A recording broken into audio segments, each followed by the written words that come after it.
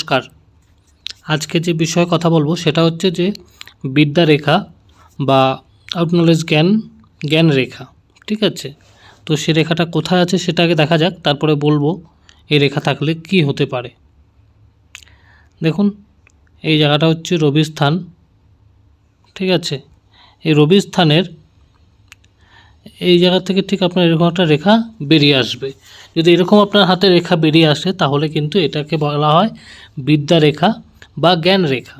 ঠিক আছে, এই রেখা যদি আপনার হাতে থাকে, আপনার যদি কিনা কোন খাতা কলমে যদি পড়াশোনার আপনার অভিজ্ঞতা বেশি নাও থাকে, আপনার মধ্যে কিন্তু প্রচুর পরিমাণে জ্ঞান থাকবে, জ্ঞানের ভাণ্ডারে কিন্তু আপনি ভরপুর থাকবেন।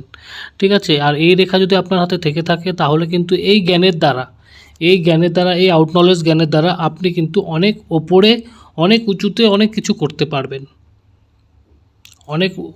অনেক বড় বড় লোকেদের সাথে